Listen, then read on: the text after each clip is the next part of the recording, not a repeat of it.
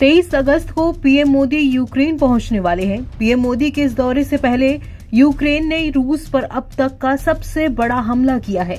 ये हमला ऐसे समय में किया गया जब भारत के प्रधानमंत्री नरेंद्र मोदी की यात्रा यूक्रेन के लिए तय है। आज पोलैंड से रवाना होकर पीएम मोदी यूक्रेन की राजधानी कीव के लिए निकलेंगे। पीएम मोदी का ये दौरा ऐसे वक्त में हो रहा है जब यूक्रेन ने बीते दिनों रूस की सीमा में घुसकर हमले तेज कर दिए हैं।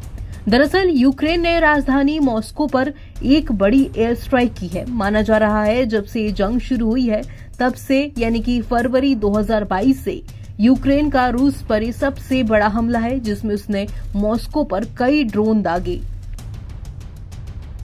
ड्रोन हमले ऐसे समय में हुए हैं जब यूक्रेनी सेनाएं रूस के कुर्स्क क्षेत्र में घुसपैठ कर रही हैं। मॉस्को के मेयर सेर्गेई सोबायान ने अपने टेलीग्राम चैनल पर कहा, ड्रोन का उपयोग करके मॉस्को पर हमला करने का ये अब तक का सबसे बड़ा प्रयास था। उन्होंने कहा कि राजधानी के चारों तरफ मजबूत सुरक्षा ने सभी ड्रोन्स को उनके टारगेट तक पहुंचने से पहले ही मार गिराया। रूस ने रात भर में 45 यूक्रेनी ड्रोन्स को मार गिराया, जिसमें से 11 मॉस्को क्षेत्र में थे। रॉयटर्स की रिपोर्ट के मुताबिक मॉस्को के मेयर सर्गेई सोबियानिन ने बताया कि कुछ ड्रोन पोडोल्स्क शहर के ऊपर ही खत्म कर दी गए। मॉस्को क्षेत्र का ये शहर क्रेमलिन से करीब 38 किलोमीटर दक्षिण में है। सोबियानिन ने बुधवार तड़के टेलीग्राम पर कहा कि ये ड्रोन का उपयोग करके मॉस्को पर हमला करने का अब तक का सबसे बड़ा प्रयास है। सोबियानिन ने कहा कि अभी तक मिली जानकारी के मुताबिक हमलों के बाद किसी के भी घायल होने या नुकसान की कोई खबर नहीं है। रूस के दक्षिण पश्चिम में ब्रांस्क पर हुए हमले के बाद भी किसी के हताहत होने या नुकसान की खबर नहीं है।